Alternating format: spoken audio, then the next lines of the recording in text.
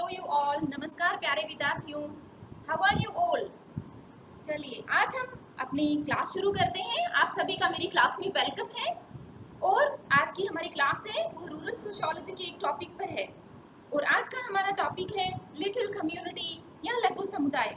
तो प्यारे विद्यार्थियों, ग्रामीण समाज शास्त्र को ठीक से समझने के लिए हमें रूरल स्टडीज बहुत मदद करती है।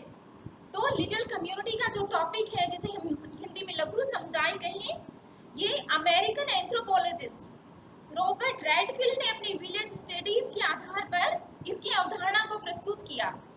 रॉबर्ट रेडफील्ड ने मैक्सिको के चानको और डेपोस्लान गांव का अध्ययन किया और उन्होंने अपनी बुक, जो कि उनका बहुत ही क्लासिक वर्क है विलेज स्टडीज पर, उन्होंने अपनी बुक जिसका टाइटल लिटिल कम्युनिटी है 2 वॉल्यूम्स में लिखी, प्रेजेंट किया उसको हमारे सामने।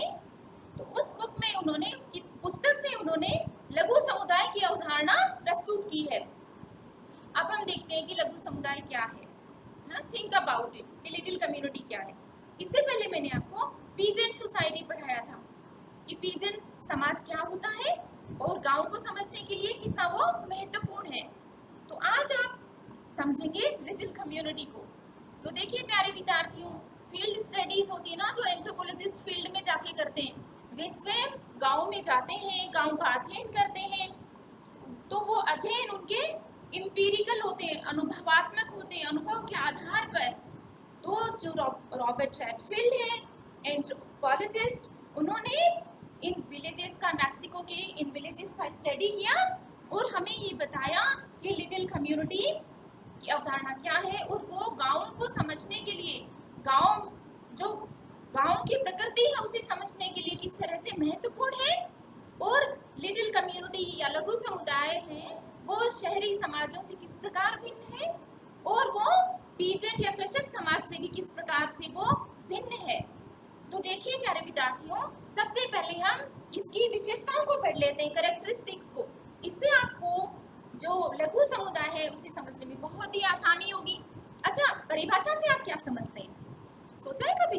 क्योंकि आप लोग फर्स्ट ईयर से, आप 12 मतलब स्कूल के डेज से आप लोग किसी न किसी कॉन्सेप्ट को परिभाषित करते आ रहे हैं। तो परिभाषा अपने आप में क्या होती है? देखिए, परिभाषा में कुछ कैरेक्टरिस्टिक्स होते हैं।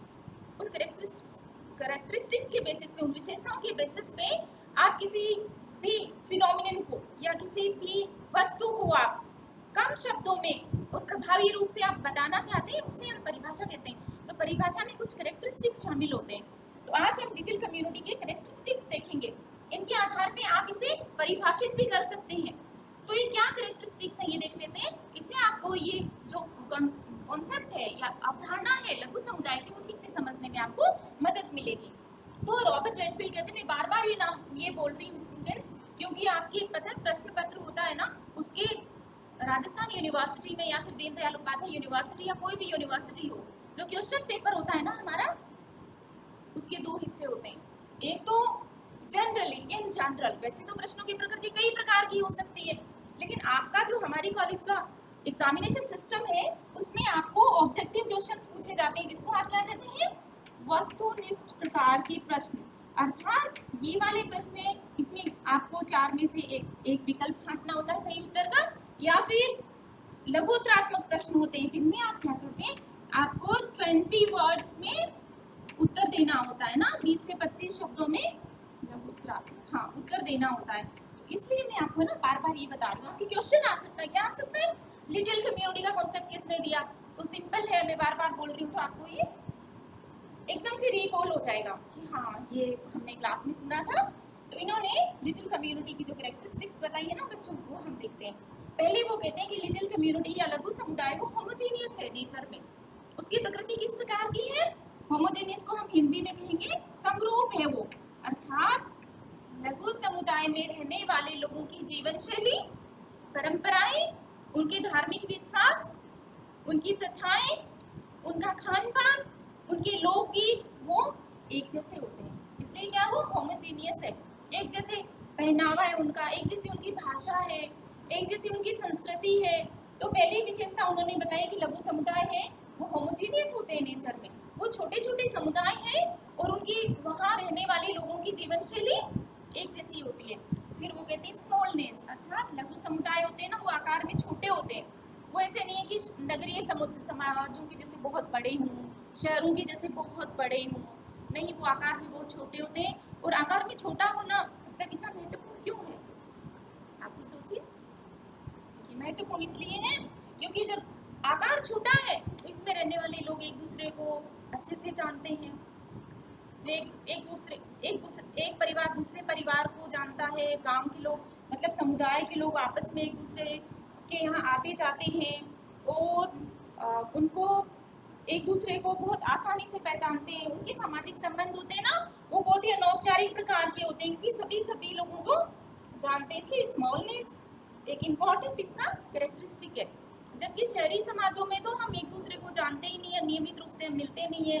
शहरों में तो देखिए अब रहने के भी फ्लैट्स होते हैं, मल्टी जो स्टोरी कॉम्प्लेक्सेस हैं, उनमें हम पड़ोसी को ही नहीं जानते।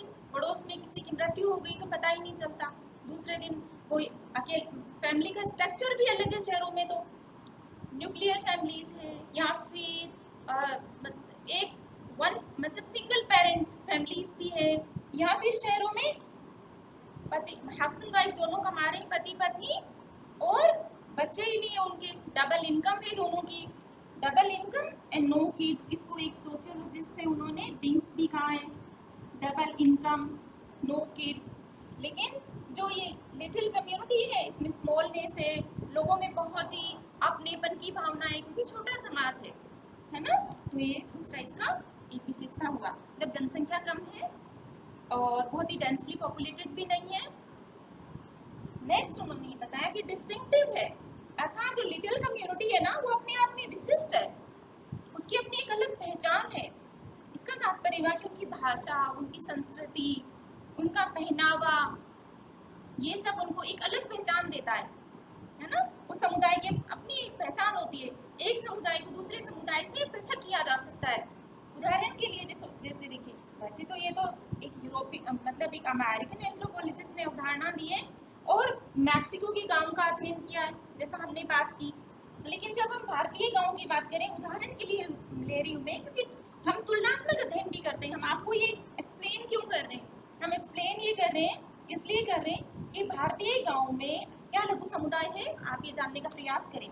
क्या इंडियन विलेजेस में उनको लघु समुदाय क्या हम कह सकते हैं, है ना। तो हम ये देखते हैं कि भारत के कुछ गांव है ना वो डिस्टिंक्टिव है। कैसे, जैसे मान लीजिए कोई जनजातीय गांव ले लिया आपने, है ना, एक विशेष जनजाति का गांव है, तो उस गांव में उस जनजाति की परंपराएं, उसका पहनावा, उसकी भाषा, उसके धार्मिक विश्वास, उसके खेल कूद, ये सब, या फिर उसका रहने का तरीका, ये सब में एक समानता आपको देखने को मिलती है ना। इसलिए जो लिटिल कम्युनिटी है वो डिस्टिंक्टिव है, अपने आप में उसकी विशिष्ट पहचान होती है। तो इसकी विशिष्ट पहचान की वजह से ये शहरी जो समाज है उससे अलग है। फिर हम बात करते हैं वी फीलिंग की। देखिए बच्चों, ये आपस में जो भी जितने भी कैरेक्टरिस्टिक्स है ना, इनको आप लिंक करके पढ़िए तो आप ये देखते हैं कि स्मॉल है तो एक दूसरे को जानते हैं, अनौपचारिक सामाजिक संबंध है, अपनेपन की भावना निश्चित रूप से उत्पन्न होगी ना।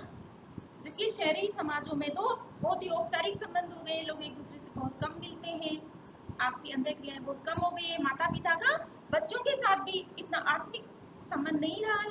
इसीलिए जो एडोलेसेंट बच्चे हैं या किशोर अवस्था के बच्चे हैं वो प्रॉपर गाइडेंस न मिलने से कई बार ऐसे कार्य कर जाते हैं जिनकी उनसे हम अपेक्षा नहीं करते। मतलब पेरेंटिंग भी प्रॉपर से नहीं हो पा रही है जैसी कि भारतीय संयुक्त परिवारों में हुआ करती थी। ये तो शहरी समाजों का हाल है हमारा। तो ये जो लघु समुदाय है इसकी विशेषता है वी फीलिंग, अर्थात इसमें रहने वाले लोगों में अपनेपन की भावना है, उनमें अपनापन है, वो एक दूसरे के दुख दर्द में शामिल होते हैं, एक दूसरे की समस्याओं का समाधान करते हैं, मिल बैठ कर करते हैं। वो अपने समुदाय की एक मतलब समुदाय में एक परिवार की समस्या को पूरे समुदाय की समस्या ये लोग मानते हैं। ये इस प्रकार से भिन्न है। तो जब आप लघु समुदाय की अवधारणा भारतीय गांवों से तुलना करते हैं तो आप बताइए गांव में है क्या हम अपनेपन की भावना? अगर आप देखेंगे तो मतलब आम भाषा में कहे जाते हैं, लेमन के टर्म में क्या, लेमन क्या करता है, अरे गांव के लोग बहुत भोले भाले होते हैं, बहुत अपनापन होता है, बहुत अच्छे होते हैं। तो बच्चों वी फीलिंग का मतलब ये हुआ अपनेपन की भावना ना, सेंटिमेंट्स होना, संवेदनाएं होना एक दूसरे के प्रति, जैसे कि फैमिली में होती है ना, उसी प्रकार से समुदाय के लोगों में अपनेपन की भावना होती है। फिर हम बात करते हैं सेल्फ सफिशिएंसी, या फिर इसे हम कहेंगे आत्मनिर्भरता। मतलब ये हुआ कि लघु समुदाय के लोग हैं वो अपनी विभिन्न प्रकार की आवश्यकताओं के लिए दूसरे समुदायों पर निर्भर नहीं है, और वे अपनी समस्त आवश्यकताएं खुद ही पूरी कर सकते हैं। कैसे कर सकते हैं आपको सोचिए। इसके दो कारण हो सकते हैं। एक तो कारण ये है कि उनकी क्या है बच्चों, नीड्स ही कम है, सरल जीवन जीते हैं ना वो, तो प्रकृति के पास है, छोटे आकार में है, बहुत ज्यादा उनके पास हाई टेक्नोलॉजी नहीं है, तो उनकी आवश्यकताएं सीमित है, आवश्यकताएं कम है। और दूसरा क्या होगा, दूसरा इसका कारण ये है कि वो खुद ही उत्पादित कर लेते हैं, जो जिन जिन चीजों की आवश्यकता होती है वे स्वयं उत्पादन करता है ना। वे खेती के काम में लगे हुए हैं और स्वयं उत्पादन करते हैं, तो कृषि संबंधी और कार्य करते हैं जिनसे कि वो अपनी विभिन्न आवश्यकताओं की पूर्ति कर सकें। तो इस प्रकार से लघु समुदाय के कैरेक्टरिस्टिक्स हैं। जैसा मैंने आपको पहले कहा कि भारतीय गांवों को समझने के लिए इस अवधारणा को आप लोग सेकेंड ईयर में पढ़ते हैं, रूरल सोशियोलॉजी में, पेपर सेकंड है आपका ये, और इनको आप समझ के आप भारतीय गांवों को समझने का प्रयास करते हैं कि क्या भारतीय गांव होमोजेनियस है, मतलब एक रूपता है भारतीय गांव में। तो बच्चों आप तुलना कीजिएगा और आप ये पाएंगे कि भारतीय गांव है ना वो होमोजेनियस नहीं है, मतलब उनमें समरूपता नहीं है, क्योंकि भारत एक बहुत बड़ा देश है और उसमें कितने राज्य हैं और उन राज्यों में कितने जिले हैं और कितने जिलों में कितने विलेजेस हैं, और हर एक विलेज है वो एक दूसरे से लगभग मतलब अलग है, कुछ विलेज एक जैसे भी हो सकते हैं, लेकिन हमारे गांव की संरचना इस प्रकार की नहीं है जैसे कि मैक्सिको के गांवों का अध्ययन करके पाया। तो हमारे गांव में वो जाति आधारित भी है ना। हम राजस्थान की ही बात करें तो बी.आर. चौहान ने रानावतों की सादड़ी गांव का अध्ययन किया, या फिर एस.सी. दुबे ने समीरपेट गांव का अध्ययन किया, या फिर एम.एन. श्रीनिवास ने किसका रामपुरा गांव का अध्ययन किया, है ना। उन्होंने विलेजेस पे इन सब में बुक्स भी लिखी है अपनी। तो जब हम पाते हैं कि हमारे गांव होमोजेनियस नहीं है ना, कई बार गांव जाति आधारित भी है, जैसे कहते हैं ना कोई ब्राह्मणों का गांव है, कोई राजपूतों का गांव है, कोई यादवों का गांव है, तो हर एक जाति की भी अपनी एक अलग जीवन शैली है। तो बच्चों हमारे गांव में है वो होमोजेनियस नहीं है, और कुछ हैं भी, तो ये आप स्वयं आप और डिटेल में आप पढ़िएगा। फिर स्मॉलनेस की बात करते हैं तो भारत में मतलब गांव स्मॉल भी है तो गांव का आकार बड़ा भी होता जा रहा है, और अभी तो परिवर्तन की प्रक्रियाएं चल रही है ना, रूरल अर्बन नेक्सस हुआ, गांव में बहुत बदलाव आ रहे हैं। गांव में अब देखिए इस समय गांव में जो भी मतलब जो लोग काम करते थे, शहरों में काम करते थे, वो लोग लौट के कहाँ जा रहे हैं, जो निर्माण कार्यों में लगे थे, मजदूर थे, वो स्वयं गांव में जा रहे हैं कोविड-19 की वजह से ना, नोवेल कोरोना वायरस की वजह से। फिर हम डिस्टिंक्टिवनेस देखते हैं तो कुछ गांव में हम कुछ गांव डिस्टिंक्ट पाते हैं, जैसे साउथ इंडिया के गांव में तो अपने आप में वो डिस्टिंक्ट है, डिस्टिंक्टिवनेस होती है हर एक विलेज की अपनी, तो ये आप देखिएगा। फिर सेल्फ सफिशिएंसी क्या वे आत्मनिर्भर हैं, तो हम देखते हैं कि गांव के लोग अपनी जरूरतें खुद ही पूरी कर लेते हैं, लेकिन बच्चों जैसे अब देखिए ग्रीन रिवोल्यूशन आ गया तो बीज के लिए भी गांव शहरों पर निर्भर है, तो आप उतनी आवश्यकताएं वो स्वयं की पूरी नहीं कर पाते हैं। तो एक बार हम फिर से रिवीजन कर लेते हैं, रिवीजन करने से आपको बिल्कुल याद हो जाएंगे कैरेक्टरिस्टिक्स। तो हम देखते हैं कि लिटिल कम्युनिटी या लघु समुदाय की अवधारणा अमेरिकन एंथ्रोपोलॉजिस्ट रॉबर्ट रेडफील्ड ने दी, और उनकी बुक का नाम ही लिटिल कम्युनिटी है, जो उनका एक बहुत ही क्लासिक वर्क है, और 2 वॉल्यूम्स में उन्होंने इसको प्रस्तुत किया है। और इसमें चांद्रोन गांव का अध्ययन करके वो कुछ कैरेक्टरिस्टिक्स बताते हैं लिटिल कम्युनिटी की या लघु समुदाय की, और वो कैरेक्टरिस्टिक्स है समरूपता, छोटा आकार, विशिष्टता, आत्मनिर्भरता और हम की भावना। तो आज हमने ये देखा। So take care. God bless you all. See you in the next class.